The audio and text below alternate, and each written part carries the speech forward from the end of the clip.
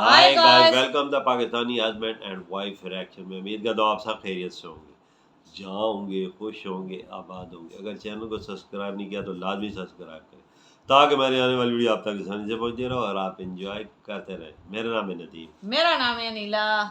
आज एक वीडियो है कि इंडिया 2047 तक कैसा होगा। अच्छा, 2047 तक कैसा होगा। ठीक है जी। अब 2024 आ गया है। 2024 में इंडिया कैसा है कि पाकिस्तान से 100 साल आगे पाई तकरीबन। पाकिस्तान से 100 साल आगे है। पाकिस्तान से 100 साल आगे तकरीबन। अच्छा, नाम ही करने का तकरीबन 2024 से 23 साल बाद और कैसा, 24 साल बाद और कैसा होगा। अच्छा, 2047 तक। अच्छा, अभी भी तो इंडिया काफी आगे निकल चुका है। बिल्कुल कोई शक नहीं है।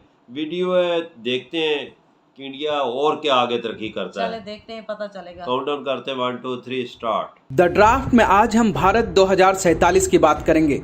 वो भारत जो मौजूदा भारत से बिल्कुल अलग होगा, हाईटेक होगा, डेवलप होगा, मॉडर्न होगा, चीन, अमेरिका और यूरोप की टक्कर का होगा।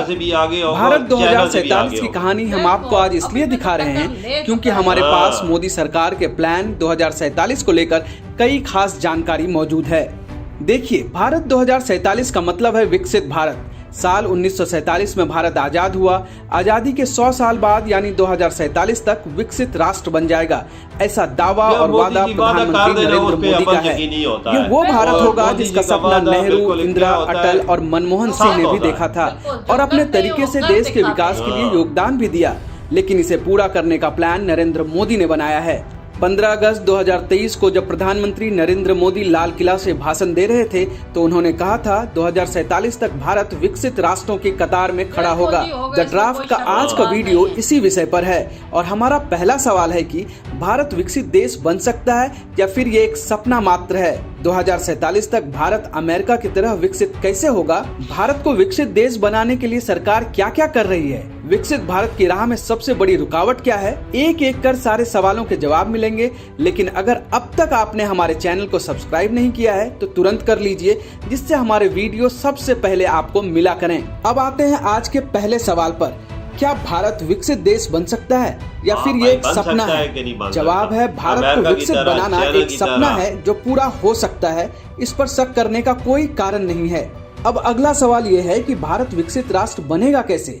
2047 तक अमेरिका की तरह विकसित कैसे बनेंगे हम। इसके लिए भारत को अगले 24 वर्षों तक हर वर्ष 8% या उससे तेज गति से विकास करना होगा।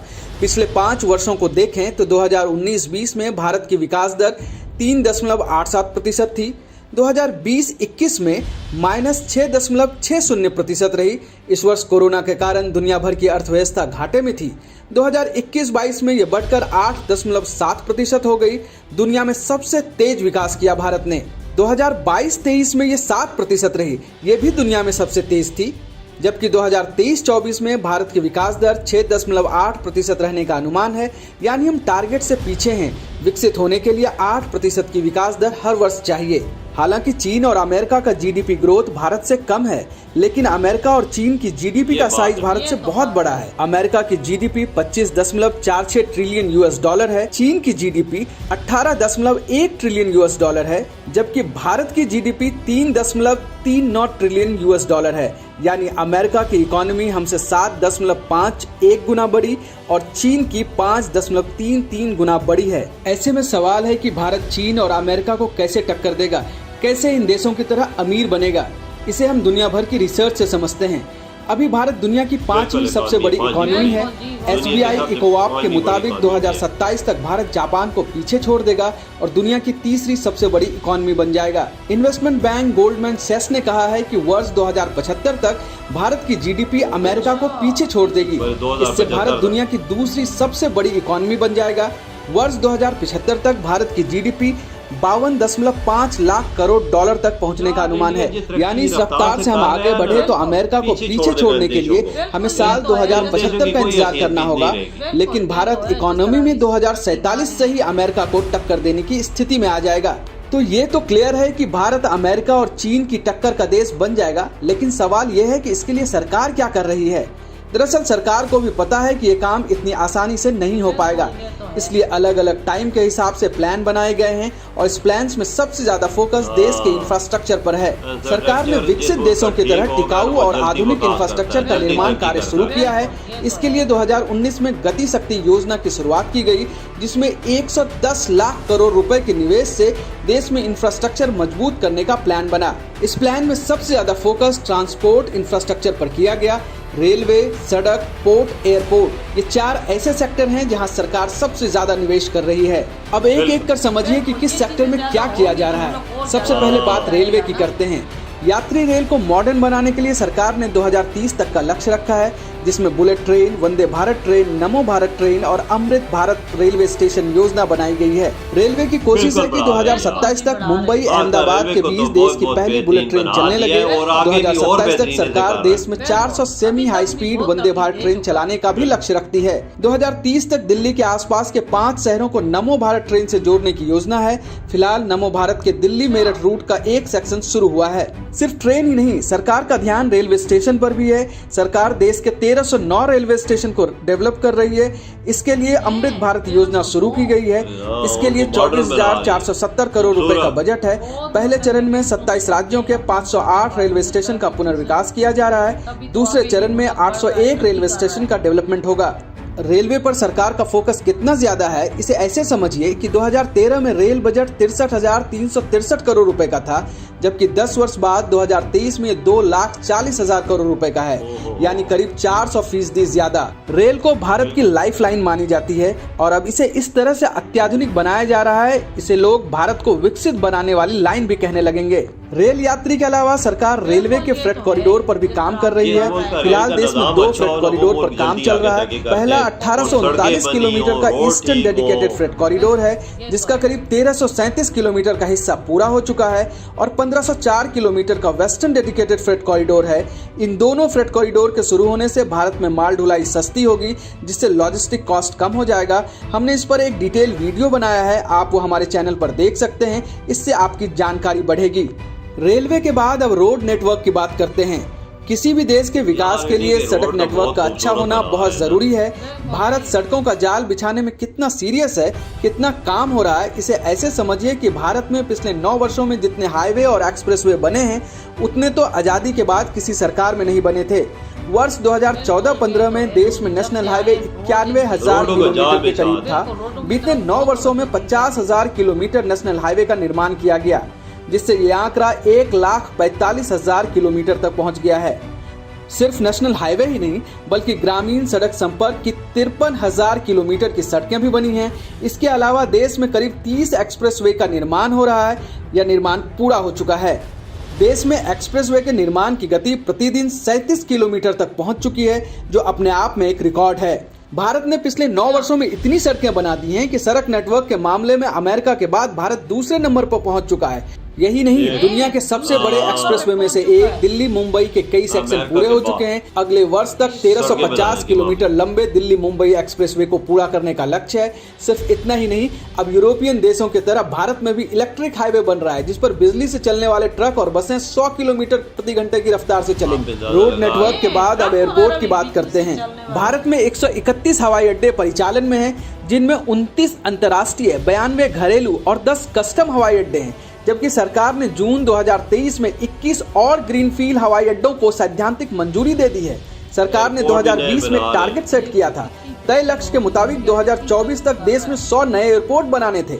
इसमें काफी हद तक सरकार को सफलता मिली है। अब सरकार की कोशिश है कि देश के अंदर 1000 एयर रूट्स हों। अगर सरकार ऐसा करने में कामयाब रही तो इसे एविएशन सेक्टर में बड़ी क्रांति की तरह देखा जाएगा। भारत एविएशन सेक्टर में कैसे आगे बढ़ रहा है, इसे ऐसे भी समझ सकते हैं कि 2029-30 तक 35 करोड़ घरेलू और 16 करोड़ अंतर्राष्ट्रीय हवाई यात्रियों के उड़ान भरने की संभावना है। इसी वर्ष भारत की 2 विमान कंपनियों ने विमान के लिए सबसे बड़े ऑर्डर दिए। इंडिगो ने इतिहास का सबसे बड़ा 500 हवाई जहाज का ऑर्डर दिया। कंपनी अगले 10 सालों में 1000 और नए विमानों को अपनी फ्लीट में शामिल करेगी, जबकि एयर इंडिया ने $70 अरब में 470 एयरबस और बोइंग विमानों के ऑर्डर दिए हैं। सोचिए, जो एयर इंडिया पिछले वर्ष तक घाटे में थी, अब वो एक साथ इतने विमानों का ऑर्डर दे रही है।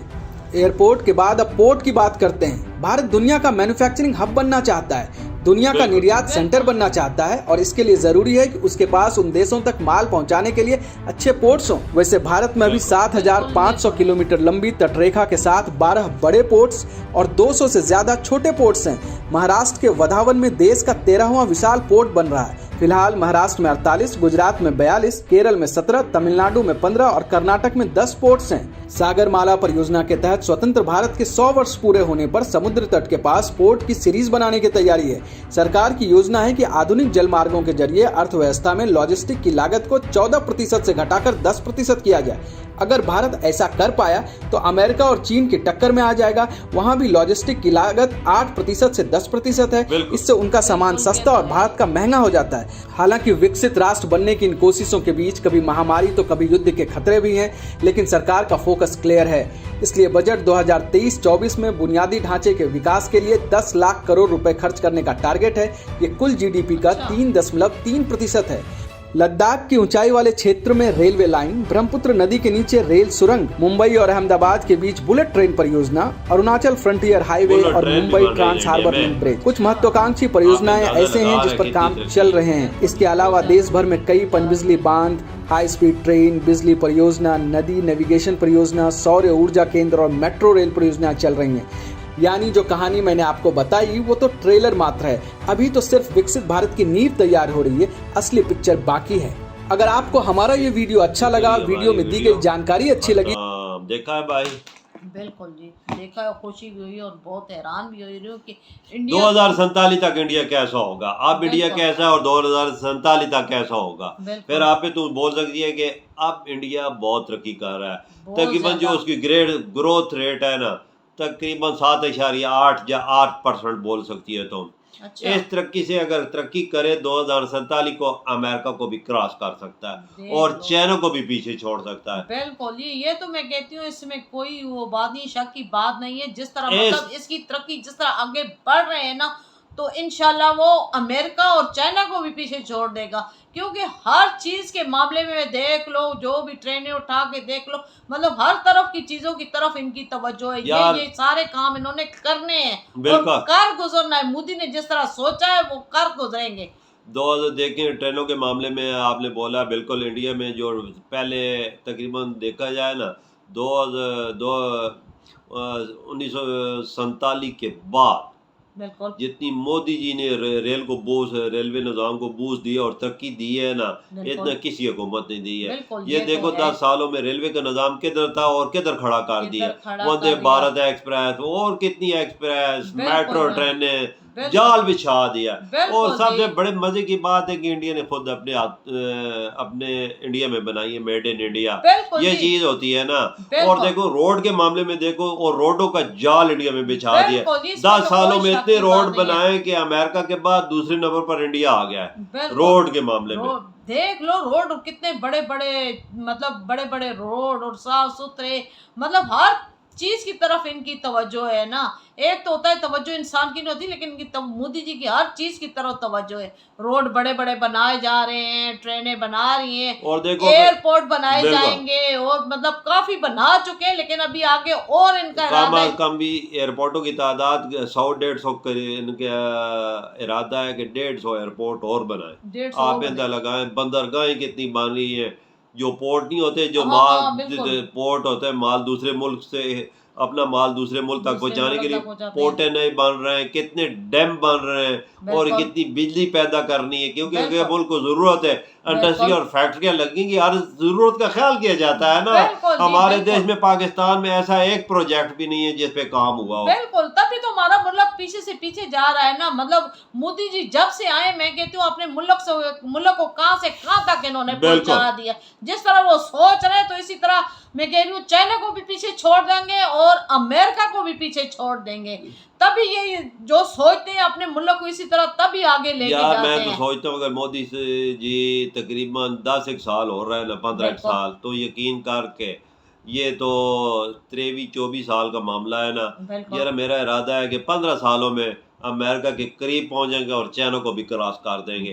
अगर यही रफ्तार उन्होंने जारी रखी ना, और यही अपनी सिमत रखी ना, अगर यही टारगेट रखा, तो जो आने वाला वक्त है वो इंडिया का ही, और बिल्कुल। अब भी इंडिया का ही है। बिल्कुल जी, आप बिल्कुल, एशिया के ममालिक जितनी भी उठा के देख लें उनमें इंडिया नंबर 1 पे है। जो बिल्कुल, ग्रोथ रेट इनकी जा रही है वो पहले नंबर पे है। बिल्कुल जी, तकरीबन जापान से भी आगे, अमेरिका से भी आगे जो इनका ग्रोथ रेट है ना, वो बिल्कुल, चाइना से भी अभी भी आगे है। बिल्कुल, पर अभी भी थोड़ा सा टाइम लगेगा पहुंचते बिल्कुल, ये तो क्योंकि है, जो टाइम तकरीबन ऐसा होता है ना, वो बिल्कुल, मुल्क पहले तरक्की कर चुके हैं ना। बिल्कुल। असल चीज ये है, बिल्कुल। इंडिया ये ने अभी 10-15 साल हुए मोदी जी आए, इस मामले में इन्होंने बूस्ट मारा है। बहुत ज्यादा बूस्ट मारा अगर है, 10-15 साल और रह जाते तो यकीन करके इंडिया की तकदीर ही बदल जाएगी। बिल्कुल जी, अभी भी काफी बदल चुकी है भाई। मैं कहती हूँ उधर की आवाम बहुत खुश नसीबी, उन्हें मोदी जैसा प्राइम मिनिस्टर मिला है। बिल्कुल। इधर ही हम अपनी वीडियो का अख्ताम करते हैं।